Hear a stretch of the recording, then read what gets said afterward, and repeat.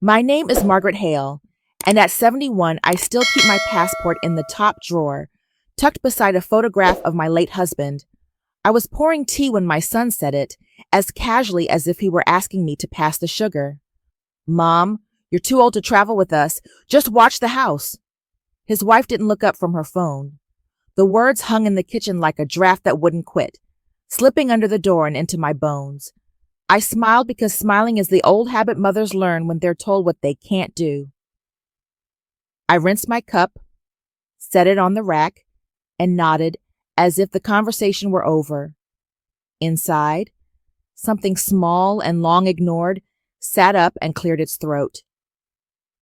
After they left, I opened the drawer and laid the passport on my palm. The navy cover was warm from the summer heat. The gold crest bright as a dare. I carried it to the window and held it in the light. A bus hissed at the curb. Somewhere a dog barked twice. I felt my heart answer like a woman being called by her first name, not her title. Too old, they said. I set the passport on the table like a downbeat and listened to the house go silent, as if it were waiting to see what I would do next. The next morning the mail arrived early, a soft thud against the porch. I opened the door and found a thick envelope addressed to my son but delivered to my house. The family address of convenience for packages no one wants to sign for. Airline branding shouted in cheerful colors. I didn't tear it. I set it beside the phone and made another cup of tea. Watching the steam curl like script I could almost read. I called the airline and explained the situation with a voice that didn't shake. The reservation had been made using my home address and my loyalty number from a trip we'd taken years ago. Policies were recited. Options offered. Fees tallied like beads. I listened. When it was my turn, I chose the option that removed me from their plans and returned me to my own. When the confirmation email chimed, I closed my eyes and let the quiet deepen. Then I bought a ticket to Athens. One seat, one carry-on. One woman who has learned that sometimes permission is the slowest form of refusal. I packed lightly because I have spent a lifetime carrying what isn't mine. A black dress that can be kind or severe depending on shoes, a pair of walking sandals, a soft scarf in a color I used to avoid because it drew attention. I tucked the photograph of Robert into the side pocket of my bag, the one where I keep a spare pen and a mint. At the door I hesitated, not from doubt but from ritual. I checked the stove, watered the fern, and placed a note on the kitchen counter for my granddaughter. Sophie. It said only, gone a little while. Back with stories. I pictured her reading it and smiling the way she does, as if her face were opening a window. The ride to the airport went fast. The driver hummed to a radio station that played songs from the year I turned 30. I watched the highway unspool, silver and straight, and felt something in me begin to loosen like a knot coaxed free. At the gate, the agent glanced at my passport and then at me with the quick kindness of someone who has seen many departures. First time to Greece? She asked. First time alone, I said. When the plane lifted, my neighborhood fell away into pattern and light, and the house I had been told to guard became a small square in a quilt I no longer needed to lie under. Athens was heat and stone, and a sky the color of a promise you finally intend to keep. I stepped out of the taxi and let the city press its palm to my chest.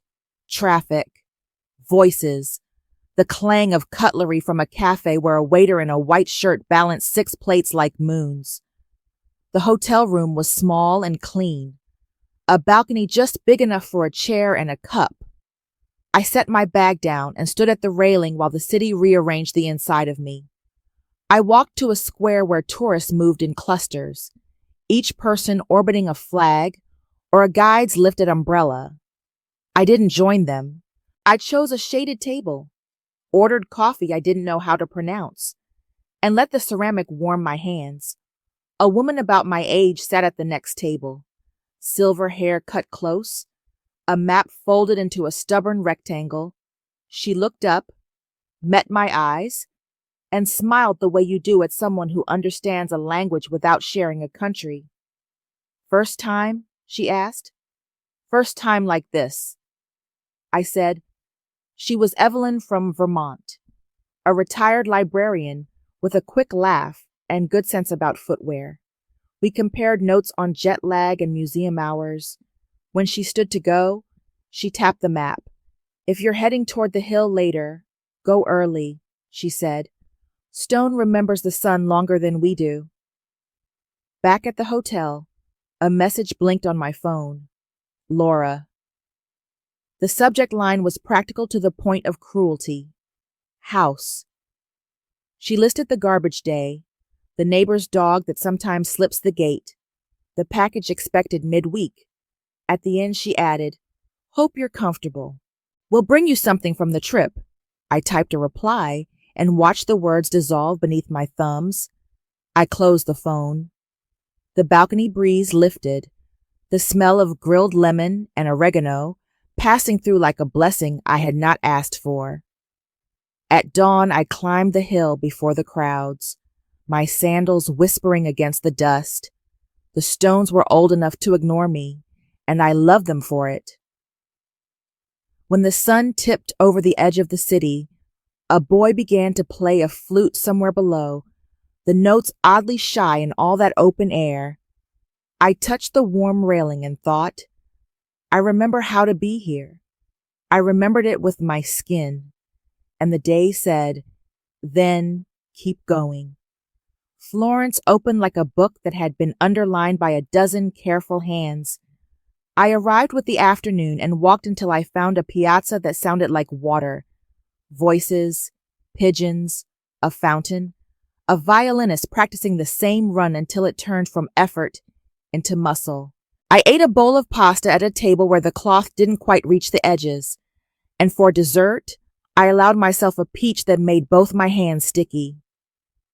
In the gallery the next morning, I drifted room to room, face to face with beauty that refused to flatter the living. Marble held its breath while tourists exhaled. I stood in front of a painting of a woman whose gaze could have sliced bread, and I felt a kinship that was almost comic.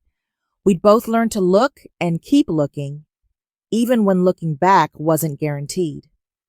My phone vibrated, a pulse against my palm. Daniel this time. He wrote that the airline had called, that he was embarrassed, that Laura was upset. He asked where I was, and when I might be home to talk this through like adults. I pressed the phone to my chest and thought about the phrase, as if adulthood were a meeting you could schedule and not a posture you practiced. I didn't answer. Instead, I sat on a cool stone bench and listened to a guide tell a group of strangers how a sculptor once believed there was a figure trapped inside a block of marble, and his job was to let it out.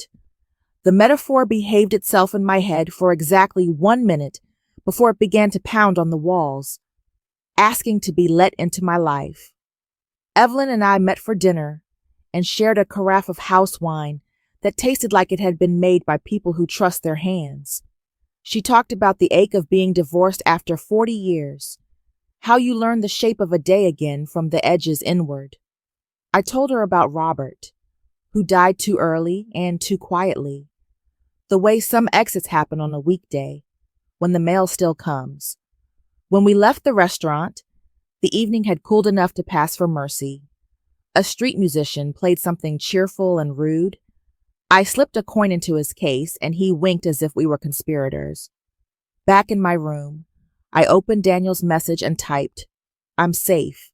I need some time." I erased it. I typed, "I love you." I erased that too. I put the phone face down on the table and stood at the window. Tomorrow I would fly west to the ocean's edge. Tonight I would sleep inside a city that had learned how to forgive itself for being so beautiful. The forgiveness felt like permission. And permission, I was learning, could come from me. Lisbon leaned against the ocean as if it had always trusted the tide. The streets rose and fell like ribs, the tram bells chiming their own kind of prayer. Evelyn and I rented a small flat above a bakery where the smell of bread drifted into the hall before dawn. I walked barefoot across cool tiles, listening to the city wake up one sound at a time. By the second evening, Evelyn grew pale, her laughter thinning to a cough.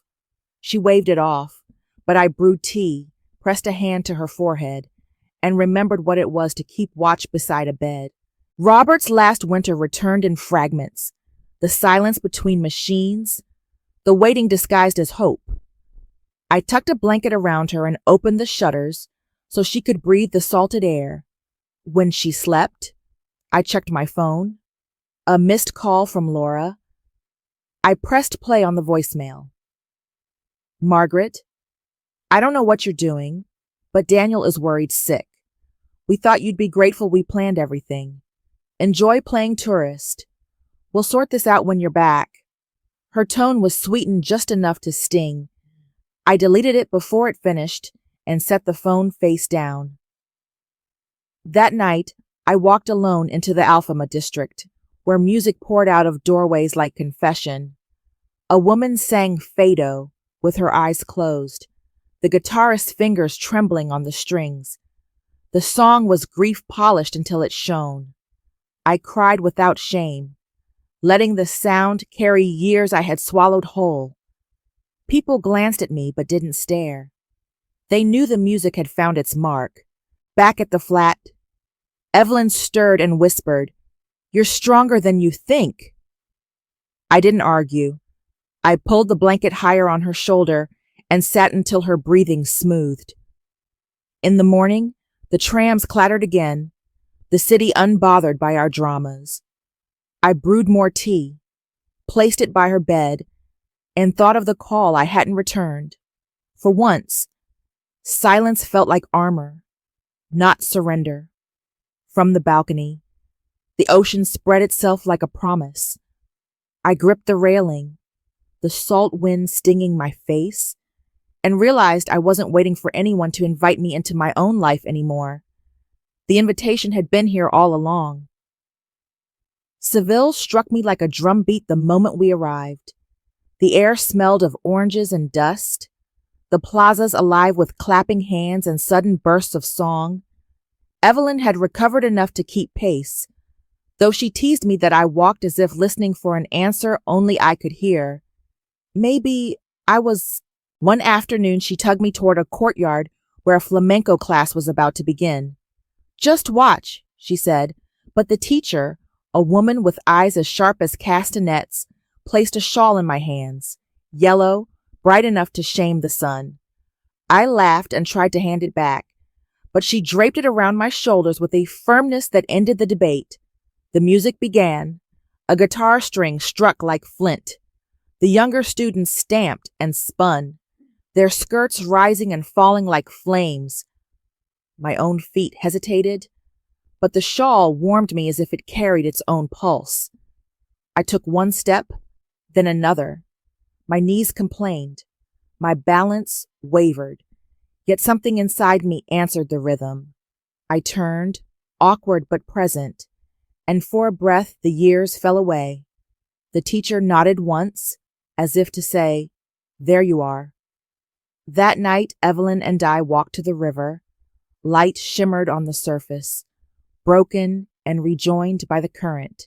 I sat on the stone wall, the yellow shawl still around my shoulders, and opened my phone. Daniel's name blinked. I hit record.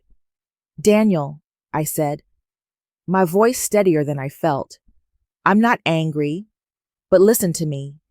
If you want me in your life, you need to see me as more than the woman who folds your laundry or waters your plants. I am still Margaret. I still want things. I still go.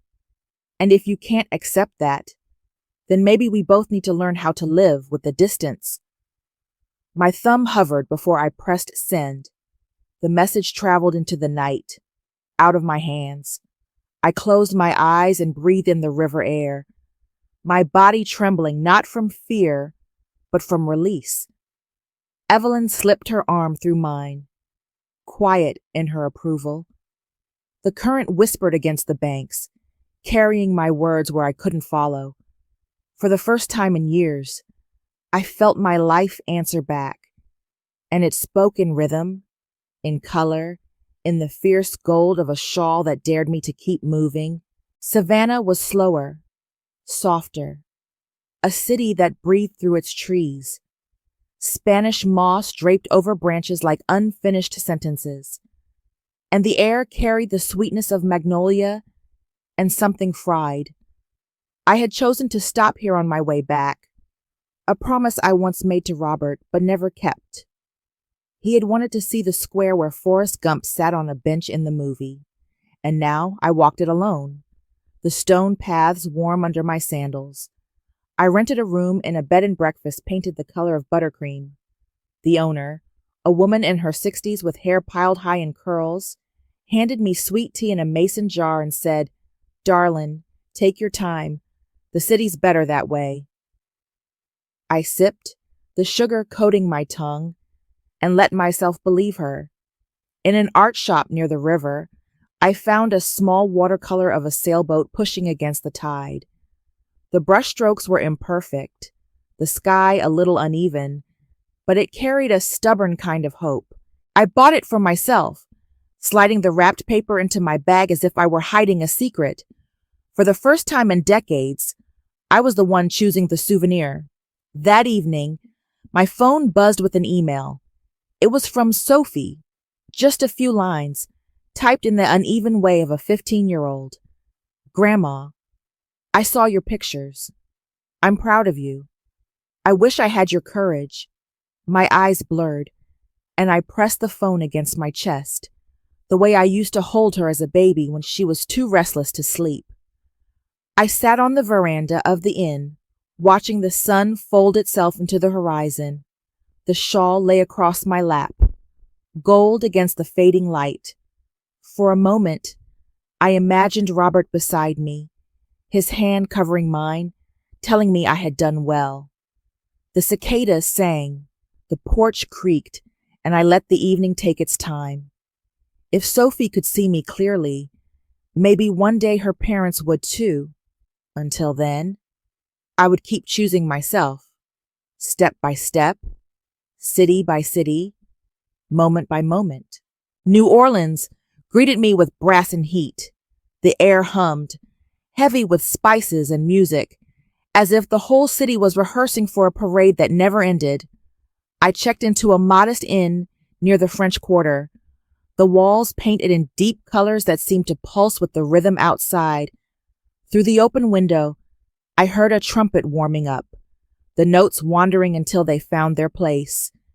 That evening, I followed the sound of music down Bourbon Street. Crowds spilled from doorways, the smell of gumbo rising in waves. A band played on a corner, the trombone sliding like a laugh, the drummer tapping out something quick and certain. My body swayed before I knew it was moving. Pulled by the current of horns and hands, I let myself drift into a small bar where the ceiling fan spun slow circles, and the stage was barely big enough for the quartet. The trumpet player lifted his instrument, and the room hushed as though it had been waiting for me. I wore the yellow shawl. It caught the light, a bright streak against the dim. A man, gray-haired and smiling with the ease of someone who had danced more nights than he could count, held out his hand. For a heartbeat I hesitated, then placed mine in his. The music swelled. We moved clumsily at first, my steps uneven, but laughter loosened the stiffness. My feet remembered patterns my mind had long abandoned. Around us, glasses clinked. People cheered softly, and the trumpet's cry carried us forward. I turned beneath his arm, the shawl flaring, and in that spin the years unraveled. I was not old. I was not forgotten. I was a woman alive in her own body, her own joy. When the song ended, the room applauded, and I bowed my head, breathless and free. The man kissed my hand lightly. the gesture more blessing than flirtation. I thanked him, my voice thick, and returned to my seat with a heart that beat louder than the drum. Outside, the street pulsed with life, neon bending into the night. I walked slowly back to the inn, the shawl around my shoulders, the echo of the trumpet still warm in my ears. They had told me to stay home, to guard a silent house. Yet here I was, spinning in the arms of a song that refused to let me be small. The house looked unchanged, yet I carried a different self through its door. I set my bag down, the yellow shawl bright against the chair, when the crunch of tires announced their arrival. Daniel entered first, guilt clouding his face. Laura followed, arms folded, her tone sharp before she spoke. We only wanted to spare you the exhaustion. You wanted to erase me, I answered quietly. You turned me into a watchwoman for your walls. Daniel's voice cracked. Mom, I'm sorry. We should have let you choose. Sophie hovered in the doorway, clutching her phone. Grandma, I loved your photos. You're amazing. Her words broke the air like sunlight. I squeezed her hand before turning back to the others. I won't be invisible again. If I stay in this family, it must be with respect. Silence gathered, the kind that reshapes a room. Daniel nodded. Laura lowered her eyes. I stood, smoothing the shawl across my shoulders. This house belongs to me too. From now on, I decide how I live in it. And for the first time in years, the room seemed to breathe with me. Dinner was simple. Roast chicken, bread, a bottle of wine. We ate slowly, learning each other's company again. No one rushed to fill the pauses. Sophie smiled at me across the table, her eyes bright with quiet loyalty. I wore the shawl. Its gold threads caught the candlelight, proof that I had carried myself across the world and back. Daniel poured wine without words. Laura's posture softened.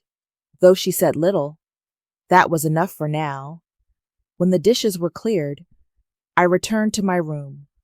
On the nightstand lay the notebook I had bought in Savannah. I opened the first page and wrote, things I no longer apologize for. My age, my dreams, my voice. The ink settled into the paper like a vow. I closed the book and rested my palm on its cover. From the living room came Sophie's laugh, followed by Daniel's low reply and Laura's sigh. For the first time in a long while, those sounds felt like family.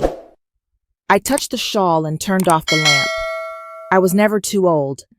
I'd only been too quiet. And now, I intended to live as if the world had been waiting for me.